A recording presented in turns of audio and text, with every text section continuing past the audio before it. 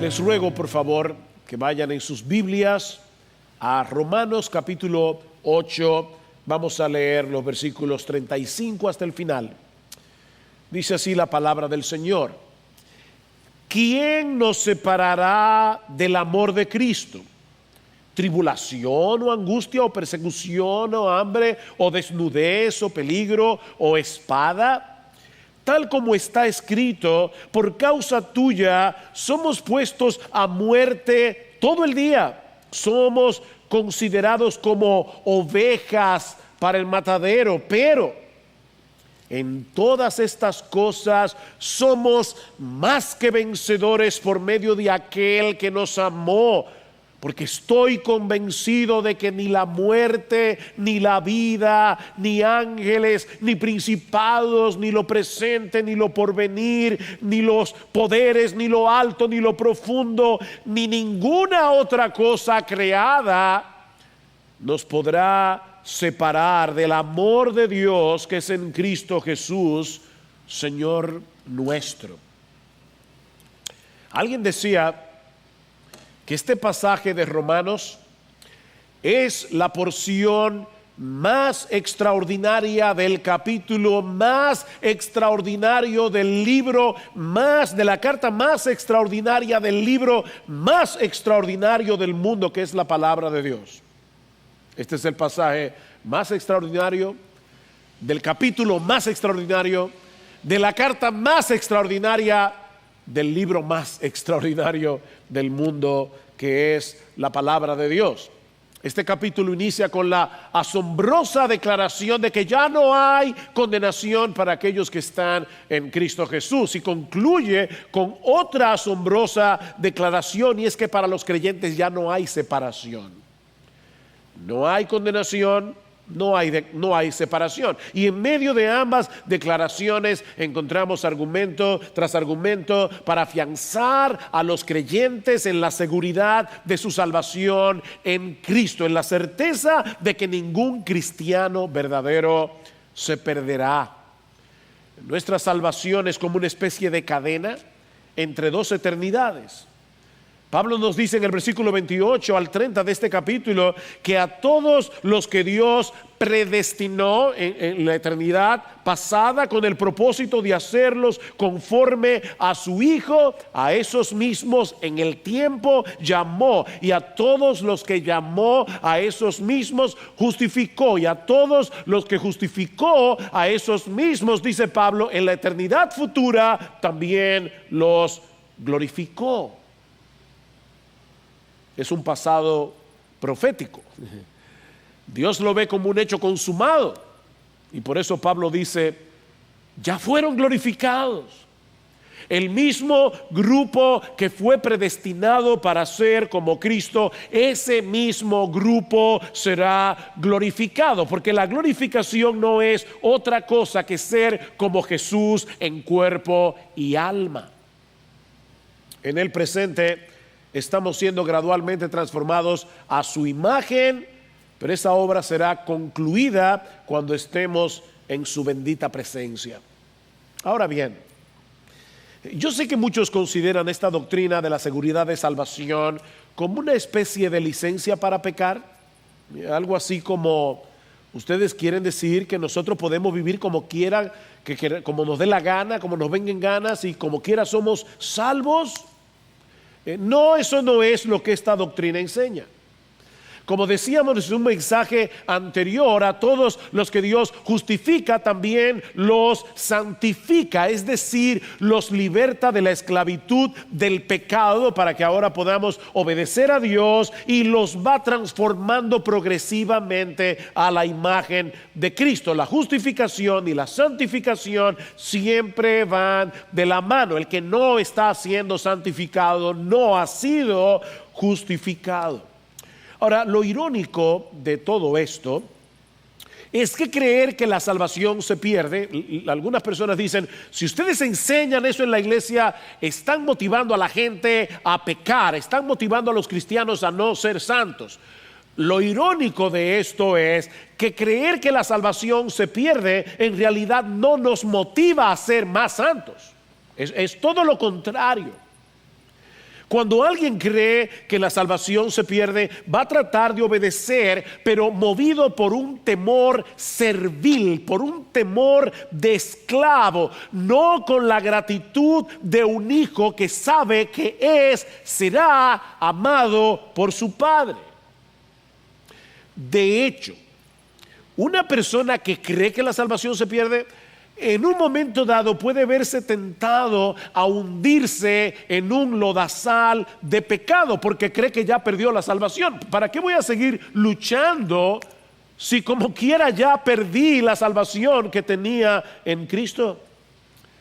Miren, mis hermanos, es verdad que muchos pueden tomar esta doctrina como una excusa para pecar. Eso es verdad. Judas nos advierte en su carta que algunos dentro de las filas del cristianismo convierten la gracia de Dios en libertinaje. Eso es real. Pero cuando eso pasa, están demostrando que ellos no han entendido ni han recibido de verdad la gracia de Dios en Cristo. Pablo dice en Tito capítulo 2 versículos 11 en adelante que la gracia de Dios nos enseña. La gracia de Dios no solamente salva, sino que nos enseña que renunciando a la impiedad y a los deseos mundanos, vivamos en este siglo sobria, justa y piadosamente. Nosotros creemos en la perseverancia de los santos, no de los impíos. Y una persona que vive como le dé la gana no es un santo, es un impío. Debo enfatizar eso. Lo que nosotros creemos es en la bendita doctrina de la perseverancia de los santos. Es por eso que hay tantas advertencias en las cartas del Nuevo Testamento en contra de la apostasía, porque los apóstoles asumían que en las iglesias habían falsos profesantes. Recuerdan 1 de Juan capítulo 2 versículo 19, salieron de nosotros porque no eran de nosotros, porque si hubiesen sido de nosotros habrían permanecido con nosotros, pero salieron, dice Juan, para que se manifestara que no todos son de nosotros. Ven, hermanos, si hubieran sido, habrían permanecido. Dios preserva a los que son suyos. O si quieren ponerlo de otra manera, es Dios el que salva y Él salva completamente. Eso fue lo que vimos la semana pasada cuando estudiamos las preguntas de Pablo en Romanos capítulo 8 versículos 31 al 34. Entonces, ¿qué diremos a esto? Si Dios está por nosotros, ¿quién estará contra nosotros? El que no eximió ni a su propio Hijo, sino que lo entregó por todos nosotros, ¿cómo no nos concederá con Él también todas las cosas? Y por si acaso, ese todas las cosas no es tu wish list, o sea, tu lista de deseos. Él te va a dar todo lo que tú quieras. No, Él te va a dar todo lo que tú necesitas para llegar a la gloria y para ser como Jesús. ¿Quién acusará a los escogidos de Dios? No, Dios es el que justifica. Dios te declaró justo. ¿Quién es el que condena? Cristo es el que murió, sí, más aún el que resucitó, el que además está a la diestra de Dios, el que también intercede por nosotros. Pero aún nos resta una pregunta antes de concluir este pasaje en el versículo 35. Y es una pregunta sorprendente. ¿Quién nos separará del amor de Cristo? La pregunta de Pablo ¿es posible que un verdadero creyente, alguien que ha sido justificado por la fe, adoptado como hijo de Dios, sea separado del amor que Cristo tiene por nosotros y que esa persona termine en el infierno? ¿Es eso posible? Es lo que Pablo está preguntando aquí. Y su respuesta, obviamente, es un rotundo no. No, es imposible que eso ocurra. Y hay varias enseñanzas en este pasaje que nos van a llevar de la mano a esa conclusión. Lo que Pablo quiere es llevarnos a la conclusión de que nada ni nadie puede separarnos del amor de Cristo. Y su primer argumento o la primera enseñanza que podemos extraer de este pasaje, es que el amor de Cristo por nosotros es la fuente de nuestro amor por Él. Él nos amó primero y por causa de su amor, obrando en nosotros, ahora nosotros lo amamos a Él. Noten que la pregunta de Pablo no es ¿quién nos separará del amor que nosotros le tenemos a Cristo? No, esa no es la pregunta. Lo que Pablo está preguntando es si hay alguien en todo el universo que pueda separarnos del amor que Cristo tiene por nosotros. Es el amor de Cristo. Y eso lo vemos claramente en los versículos 37 al 39. Pablo dice en el versículo 37, pero en todas estas cosas somos más que vencedores por medio de aquel que nos amó. Y en el versículo 39 dice, ni lo alto, ni lo profundo, ni ninguna otra cosa creada nos podrá separar del amor de Dios, ¿ven? Que es en Cristo Jesús, Señor nuestro. El amor de Dios en Cristo precede a nuestro amor. Recuerden, mis hermanos, que Él nos amó cuando estábamos condenados. Esa es la implicación del versículo 1. No hay ninguna condenación para aquellos que están en Cristo Jesús. Él tomó la iniciativa de amarnos cuando éramos sus enemigos, dice en el versículo 7, ya que la mente puesta en la carne es enemiga de Dios, porque no se sujeta a la ley de Dios, pues ni siquiera puede hacerlo. Tú y yo, mi hermano, estábamos en esa condición. Tú y yo estábamos en la carne cuando Cristo nos amó. Él nos amó, dice Pablo en Romanos 5:10, cuando éramos sus enemigos, dice en el versículo 10, porque si cuando éramos enemigos fuimos reconciliados con Dios por la muerte de su Hijo, mucho más, habiendo sido reconciliados, seremos salvos por su vida. Y eso concuerda con el resto del Nuevo Testamento. El Señor Jesucristo le dice a sus discípulos en Juan capítulo 15 versículo 16, vosotros no me escogisteis a mí, sino que yo os escogí a vosotros y os designé para que vayáis y deis fruto y que vuestro fruto permanezca. Nosotros podemos dar fruto, incluyendo el fruto de nuestro amor por Cristo, porque Él nos escogió primero. Primera de Juan capítulo 4 versículo 7, amados, amémonos unos a otros, porque el amor es de Dios, y todo el que ama es nacido de Dios y conoce a Dios. Hasta que nosotros no fuimos engendrados de nuevo por Dios, por el Espíritu de Dios, nosotros no podíamos amar. Versículo 10 de ese mismo capítulo de Primera de Juan. Y en esto consiste el amor, no en que nosotros hayamos amado a Dios, no, sino en que Él nos amó a nosotros. Lo más natural es que nosotros amemos a Dios, pero no lo amamos porque somos pecadores. Así que dice Juan, no, el amor no consiste en que nosotros hayamos amado a Dios, no, es que Él nos amó a nosotros y envió a su Hijo como propiciación por nuestros pecados. Y luego añade, por si acaso queda alguna duda, en el versículo 19, nosotros amamos porque Él nos amó primero. Nosotros podemos amar a Cristo y a nuestros hermanos porque Él nos amó primero. Mis hermanos, eso es lo sorprendente del amor de Cristo, que Él nos amó cuando lo aborrecíamos. Él nos amó cuando éramos indignos, totalmente indignos de su amor. Miren,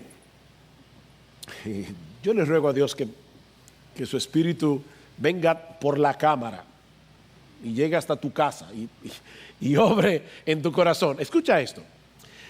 El amor de Cristo es tan extraordinario, el amor de Cristo es tan incomprensible que en Efesios capítulo 3 el apóstol Pablo le ora a Dios para que le conceda a esos hermanos tener un mejor entendimiento del incomprensible amor de Cristo. Parece una paradoja, ¿verdad?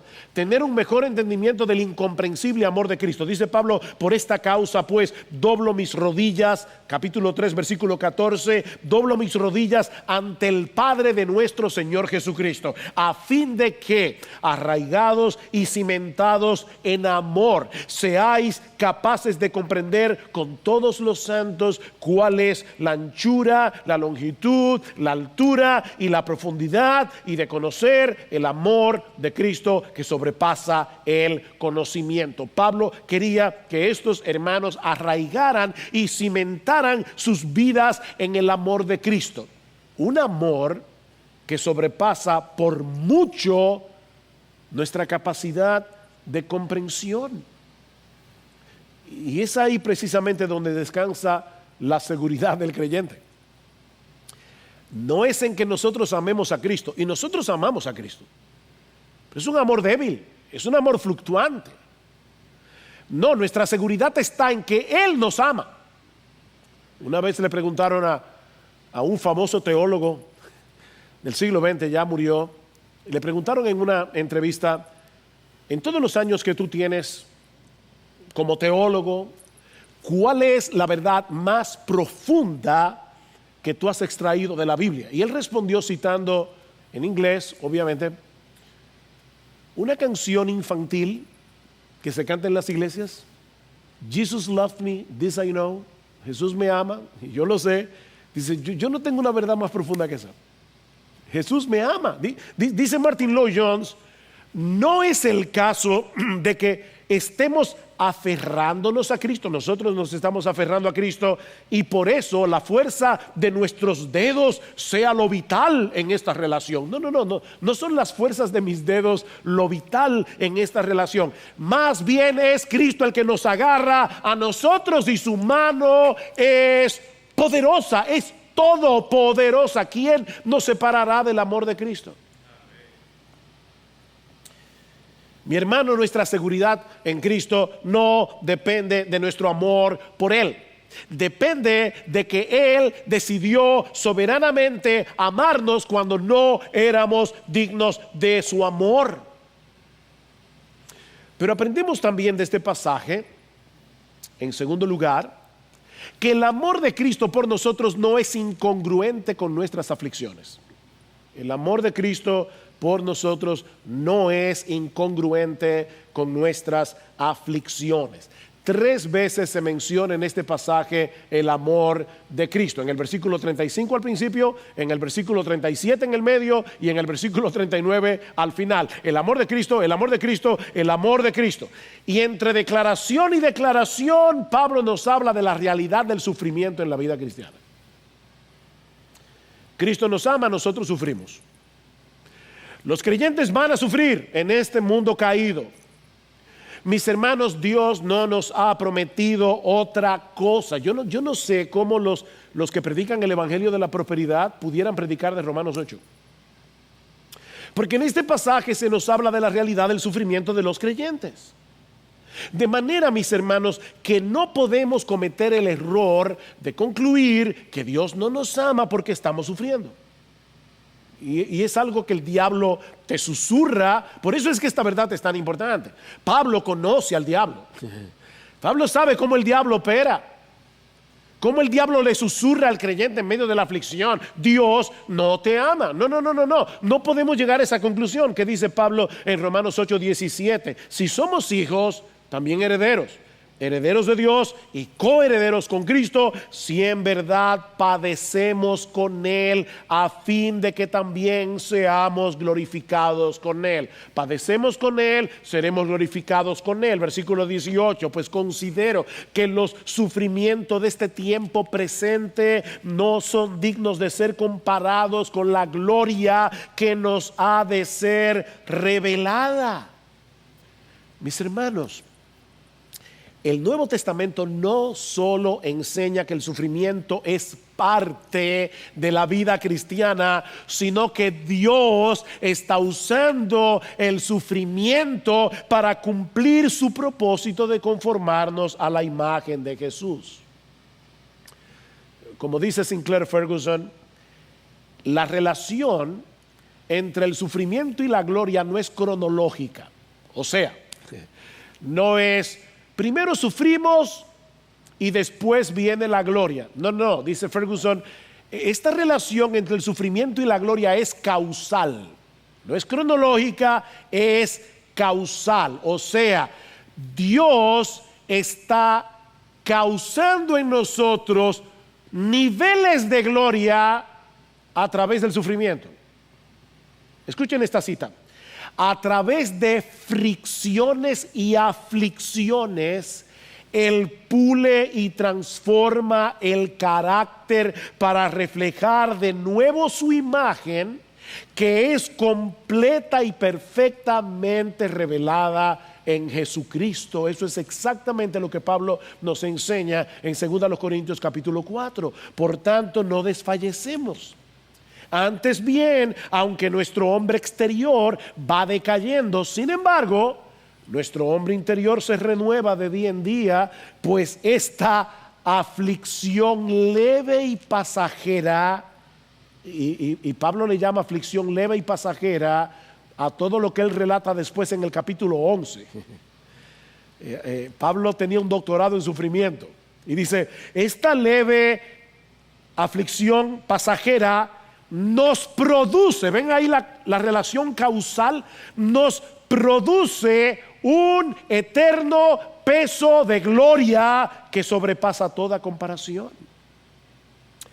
Es a eso que Pablo se refiere en Romanos 8:28, cuando dice que a los que aman a Dios todas las cosas le cooperan a bien. Esas aflicciones están forjando el carácter de Cristo en nosotros en vez de separarnos de Él. ¿Ven? Lo que nos lleva a la tercera enseñanza de este texto. Y es que el amor de Cristo nos mantiene aferrados a Él en medio de las aflicciones. El amor de Cristo nos mantiene aferrados. Cuando Cristo nos ve sufriendo, su amor nos sostiene. Su amor nos sostiene. Versículo 35. ¿Quién nos separará del amor de Cristo?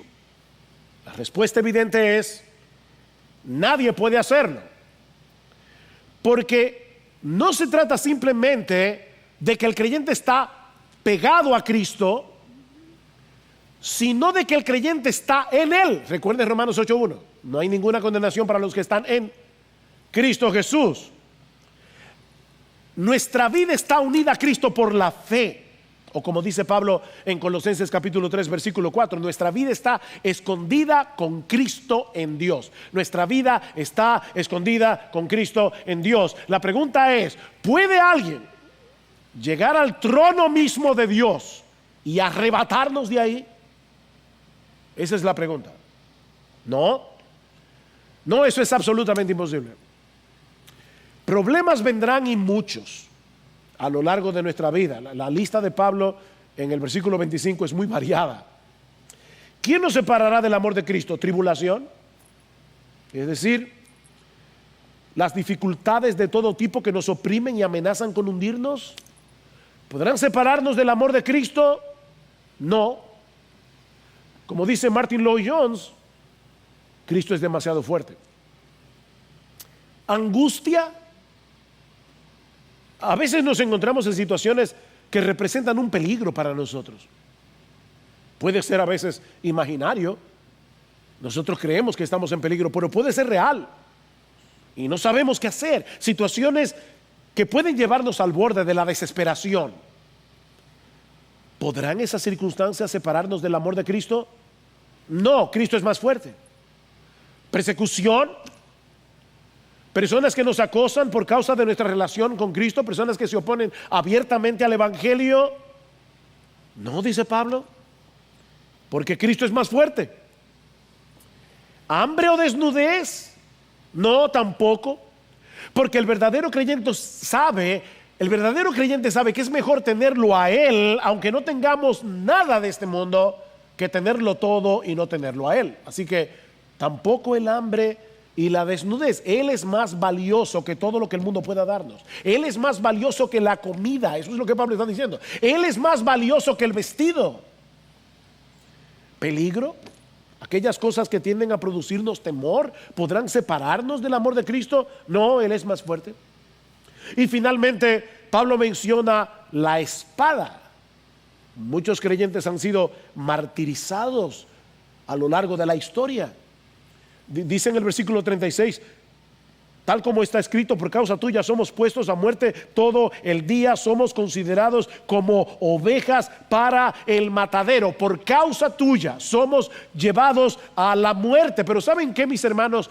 Cuando eso pase, si es que pasa, la muerte será la carroza que nos llevará a Cristo. Así que en vez de separarnos de Cristo, la muerte nos lleva a Cristo. Eso fue lo que pasó con doña Tona y con don Freddy en esta semana. La muerte no nos puede separar, es todo lo contrario. Dios usará la muerte para llevarnos a la presencia de nuestro Salvador. Mis hermanos, ¿qué es lo que Pablo está haciendo aquí? Él quiere que los creyentes estén seguros de que nada ni nadie podrá separarnos de Cristo, por la sencilla y poderosa razón de que Él nos ama y no va a permitir que eso ocurra. Él no lo va a permitir. Y esa es la cuarta y última enseñanza que podemos extraer de este pasaje. Y es que en todas esas cosas que nos pueden ocurrir en esta vida, somos más que vencedores, no por causa de nuestro amor por Cristo, sino por causa de su amor por nosotros. Versículo 37. Pero en todas estas cosas somos más que vencedores por medio de aquel que nos amó. Ahora hay un pequeño detalle que yo no quiero que ustedes pasen por alto, y es el uso del plural. O sea, Pablo no está diciendo en este pasaje: yo soy un apóstol, Cristo me llamó a predicar su evangelio y yo estoy seguro que nada me puede separar de su amor. No, eso no es lo que Pablo está diciendo. La pregunta del versículo 35 es: ¿quién nos separará del amor de Cristo? La declaración del versículo 37 es que somos más que vencedores por medio de aquel que nos amó. Y la declaración del versículo 39 es que nada nos podrá separar del amor de Dios que es en Cristo Jesús, Señor nuestro. En otras palabras, mis hermanos, Pablo está contemplando aquí al mismo grupo del versículo 1, aquellos que están en Cristo Jesús y para quienes ya no hay condenación. Es ese grupo. Es el mismo grupo de los versículos 28 al 30, aquellos que fueron predestinados, llamados y justificados, y que con toda seguridad también serán glorificados. Todos y cada uno somos más que vencedores. Wow, hermano, yo le decía ayer a mi esposa, cuando escuchamos de la partida de nuestra querida hermana Tona, ¿nosotros de verdad creemos lo que decimos creer? Porque de verdad esto es para saltar de la silla. O sea, Pablo está diciendo que todos los creyentes, desde el que se convirtió hace un segundo hasta el que tiene 50 años en la fe, desde el hermanito que tal vez no es muy visible en la iglesia, hasta el pastor que predica y que todo el mundo ve, y los que sirven en la iglesia, Pablo está diciendo: todos y cada uno somos más que vencedores, no por nuestra propia capacidad de perseverar, sino por medio de aquel que nos amó. No seremos librados de los peligros que pueden amenazar nuestra fe.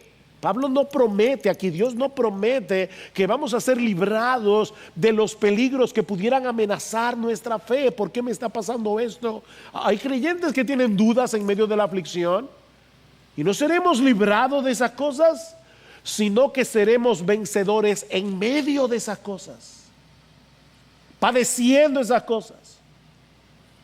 En todas estas cosas, ven, somos más que vencedores. En todas estas cosas somos más que vencedores. Y de paso, ¿tú recuerdas las cartas de las iglesias, de las 7 iglesias en Apocalipsis 2 y 3? Todas terminan diciendo: a los que vencen, a los vencedores, a los vencedores. ¿Y quiénes son los vencedores? Lo que Pablo menciona en Romanos 8, todos los cristianos somos más que vencedores. Los que no vencen no lo eran. Salieron de nosotros porque no eran de nosotros. Los cristianos somos más que vencedores. Mis hermanos, Cristo se encargará de suplirnos todos los recursos necesarios para que nos mantengamos esperando en Él hasta que estemos seguros en su presencia. Sobre todo cuando tengamos que atravesar por situaciones difíciles que apartarán a los falsos profesantes, pero no a los que realmente le pertenecen a Cristo. Nuestra esperanza no descansa en nosotros. Nuestra esperanza descansa en Él. Estamos seguros en el amor de Cristo porque es un amor que depende enteramente de su soberana decisión de amarnos. No somos más que vencedores por medio de aquel que nos amó. Bueno, yo creo que Pablo habría podido concluir este capítulo en Romanos 8:37.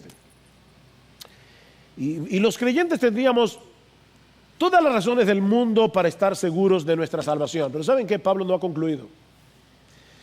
Pablo no ha concluido su argumentación. Porque él quiere que los creyentes en Roma y todos los que íbamos a leer esta carta a lo largo de los siglos disfrutemos de la misma convicción que él tenía. De ahí su declaración de los versículos 38 y 39. Porque estoy convencido. ¿Ven? Estoy convencido de que ni la muerte, ni la vida, ni ángeles, ni principados, ni lo presente, ni lo porvenir, ni los poderes, ni lo alto, ni lo profundo, ni ninguna otra cosa creada nos podrá separar del amor de Dios que es en Cristo Jesús, Señor nuestro. Aquí está la respuesta del versículo 35. ¿Quién nos separará del amor de Cristo? ¿Existe algo o alguien lo suficientemente poderoso como para separarnos de ese amor? Respuesta de Pablo: por supuesto que no. Y yo estoy convencido, es decir, firmemente persuadido. Estoy absolutamente seguro. ¿Y de qué estaba seguro Pablo? De que ni la muerte ni la vida, es decir, los dos estados posibles de la existencia humana, o tú estás muerto o estás vivo. No hay una tercera opción. Lo que Pablo está diciendo es: el día que nos toque morir, abriremos nuestros ojos en la presencia de Dios, de manera que la muerte, el postrer enemigo de los cristianos, no podrá hacernos daño cuando llegue. Donald Grey Barnhouse era un siervo de Dios del siglo XX. Su esposa murió cuando sus niños estaban todavía pequeños. Y cuando iban camino del cementerio a la casa, Donald Barnhouse estaba preguntándose: ¿cómo yo puedo explicarle a estos niños qué pasó con su mamá? ¿Cómo explicar eso? Y él dice que cuando iban en la carretera, de repente un camión bien grande los sobrepasó. Y él dijo: aquí está mi ilustración. Él le dijo a los niños: ¿qué sería más doloroso? ¿Que la sombra del camión nos pase por encima o que el camión nos pase por encima? Y los niños le dijeron: papi, la respuesta es obvia. La sombra no nos puede hacer daño, ni nos puede hacer sufrir. Y él les dijo: precisamente, mamá pasó por el valle de la sombra de muerte. Fue la sombra, ya Cristo venció la muerte. Cristo venció la muerte porque Él resucitó. De manera que ni la muerte ni la vida. Y yo sé que eso puede sonar extraño, porque nosotros pensamos en la vida como algo positivo, y realmente la vida es algo positivo. Pero es precisamente durante nuestra vida que nosotros vamos a tener que enfrentar todos los peligros que pudieran amenazar nuestra comunión con Dios. Es mientras estamos vivos. Así que lo que Pablo está diciendo es: miren, déjame decirte algo, no hay nada que pueda ocurrir entre tu conversión y la muerte, nada entre esos dos momentos que pueda separarte del amor de Dios en Cristo. Nada. ¿Y qué de los ángeles y principados? Y luego menciona los poderes, es decir, los demonios. los ángeles caídos, todo el ejército del diablo, ¿pueden separarnos de Jesús? Y parece que Pablo está pensando aquí, probablemente, esto no es seguro, pero probablemente está pensando en los demonios de más alto rango en el ejército del diablo. ¿Podrán ellos separarnos del amor de Dios? No. Ni lo presente ni lo porvenir, dice Pablo. Es decir, ninguna circunstancia por la que estemos atravesando en este momento, y ninguna que podamos nosotros suponer que pueda suceder en el futuro. Hay creyentes que viven en el futuro. Y si mañana, y si entonces, dice Pablo, óyeme, ni lo presente, ni lo porvenir, ni lo alto, ni lo profundo. Es decir, ninguna cosa que se encuentre en el mismo cielo, ninguna cosa que surja del mismo infierno, nada. Y Pablo parece que está diciendo aquí, mira, tráeme tu lista de dificultades. ¿Se me quedó alguna cosa? Bueno, dice Pablo, ni ninguna otra cosa creada. Es decir, todo lo que existe que no es Dios. Porque todo lo que existe que no es Dios fue creado. Ok, Pablo está diciendo, ni ninguna otra cosa creada. Piensa en todo lo que existe que no sea Dios. Bueno, ninguna de esas cosas nos podrá separar del amor de Dios que es en Cristo Jesús, Señor nuestro. Ninguna de esas cosas. Mis hermanos, Dios tomó la decisión de amarnos en Cristo, no porque viera algo bueno en nosotros, sino de pura gracia, de pura gracia. Pablo dice en 2 Timoteo capítulo 1 versículo 9 que Dios nos salvó y nos llamó con llamamiento santo, no según nuestras obras, sino según su propósito y según la gracia que nos fue dada en Cristo Jesús desde la eternidad. ¿Oyeron eso? Dios nos dio gracia en Cristo en la eternidad. Y la pregunta es, ¿qué podría suceder ahora que mueva a Dios a retirarnos su amor? Hay esposos que dicen, me divorcio. ¿Y qué te pasó? No sé, se me fue el amor. ¿Ustedes creen que Dios es así? Que puede llegar un momento en que Dios diga, no sé, mira, en la eternidad yo pensé en ti, de verdad, mira, yo fui sincero, yo te escogí, te predestiné para hacerte como Jesús, pero ya me cansé. De verdad, me cansé de bregar contigo. O para aquellos que están viéndonos en otros países, ¿qué palabra puedo usar? Me cansé de seguir trabajando contigo. Ya me cansé, se me fue el amor. ¿Ustedes creen que Dios pueda levantarse un día y verte y decir, mira, de verdad, lo siento mucho, vas para el infierno, a mí se me fue el amor? Me cansé de ti. Mira, y yo no me pregunto de verdad si Pablo tal vez estaba pensando en esto cuando escribió esos 2 versículos. Mira, ni siquiera el creyente puede separarse a sí mismo de Jesús, porque algunos creyentes, sus dudas son tan fuertes que ellos dicen, bueno, está bien, ninguna cosa puede separarme de Cristo, pero ¿qué si yo me separo? ¿Y qué si yo me separo? Mira, mi hermano, si tú eres un verdadero cristiano, eso no va a suceder. Eso no va a suceder. Dios te regeneró, Dios te hizo nacer de nuevo por la obra de su Espíritu. Y por si todo eso fuera poco, luego envió a su Espíritu para que habite en ti. Y todo eso para que no te puedas apartar de Él, para que eso no sea posible. Jeremías 32:40. Haré con ellos un pacto eterno. Y ese pacto eterno es el nuevo pacto.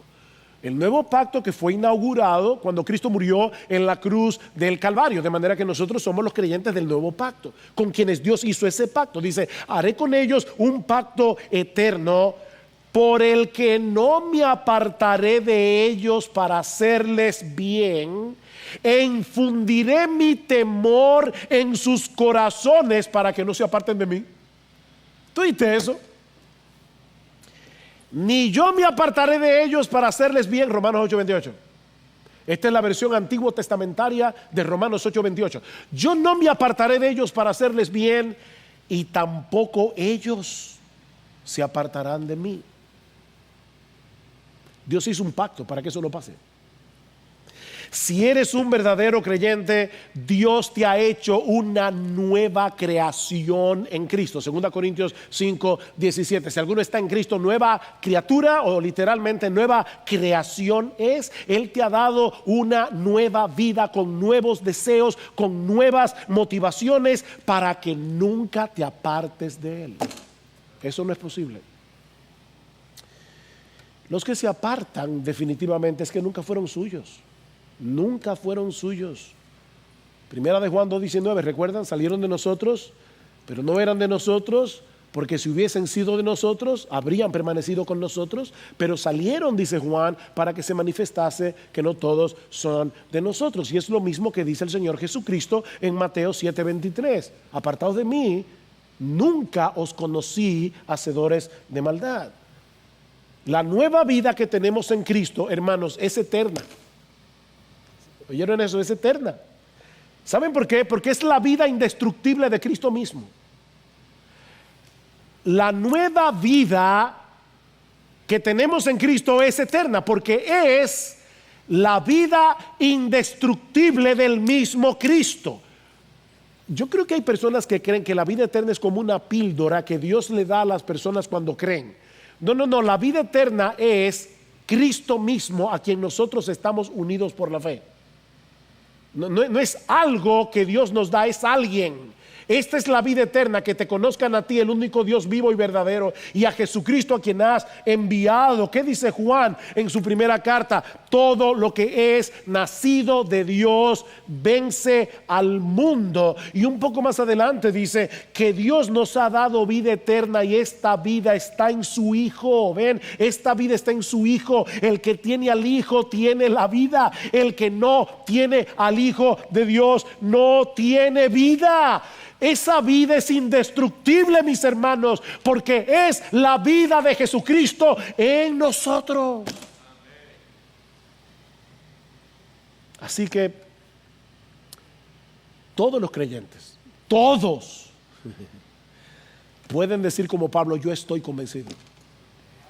Yo estoy absolutamente seguro de que ni la muerte, ni la vida, ni ángeles, ni principados, ni lo presente, ni lo porvenir, ni potestades, ni lo alto, ni lo profundo, ni ninguna otra cosa creada nos podrá separar del amor de Dios que es en Cristo Jesús, Señor nuestro.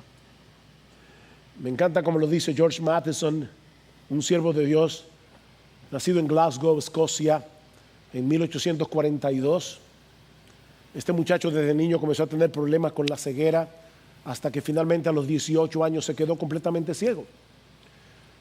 Y sin embargo, a pesar de eso, fue un estudiante brillante y fue un pastor muy respetado y muy reconocido en Escocia, sobre todo en la ciudad de Edimburgo. Pero él pasó por una experiencia muy triste. Él estaba comprometido con una joven que después decidió romper el compromiso, porque ella decía: yo no me voy a sentir satisfecha viviendo con un ciego.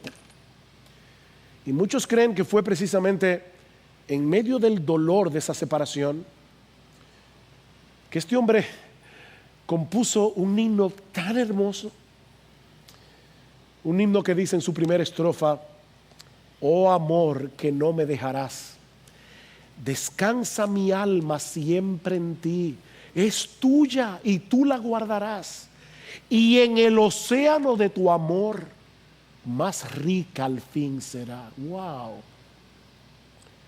Oh amor que no me dejarás, descansa mi alma siempre en ti. ¿Saben que alguien decía que la pregunta más importante que tú puedes hacerle a un ser humano no es ¿quién eres tú? No, esa no es la pregunta más importante. La pregunta más importante es ¿de quién eres tú? ¿De quién eres tú? ¿A quién le perteneces? Porque mi hermano, si tú eres Si tú eres de Cristo, puedes estar completamente seguro de que seguirás siendo suyo por los siglos de los siglos. Puedes estar seguro. Para siempre. Porque no eres tú el que estás aferrado a Él. Es Él el que te tiene aferrado a ti con poderosas e indestructibles cuerdas de amor, para que nunca te apartes de Él. Mis ovejas oyen mi voz y yo las conozco y me siguen, y nadie las arrebatará de mi mano. Nadie. Mi Padre que me las dio es mayor que todos y nadie las puede arrebatar de la mano de mi Padre. En conclusión, mis hermanos, este es un pasaje humillante y alentador al mismo tiempo. Es humillante y es alentador. Es humillante porque nos recuerda que en nosotros mismos no tenemos ninguna capacidad para perseverar hasta el fin, a menos que Dios nos preserve. Así que más que decir que nosotros creemos en la doctrina de la perseverancia de los santos, realmente nosotros creemos en la doctrina de la preservación de Dios. Es humillante. No teníamos capacidad para creer, no teníamos capacidad ni tenemos para perseverar, a menos que Dios nos preserve. Pero este pasaje es sorprendentemente alentador, porque nos recuerda que nuestra esperanza está enraizada no en nuestra débil y fluctuante y cambiante amor por Dios, sino en el eterno, inmutable, incomprensible, inconquistable amor de Dios en Cristo. Ahí está enraizada nuestra esperanza. Él decidió amarnos cuando no había nada en nosotros que nos hiciera dignos de su amor. Y Él nos promete en su palabra que nunca nos abandonará.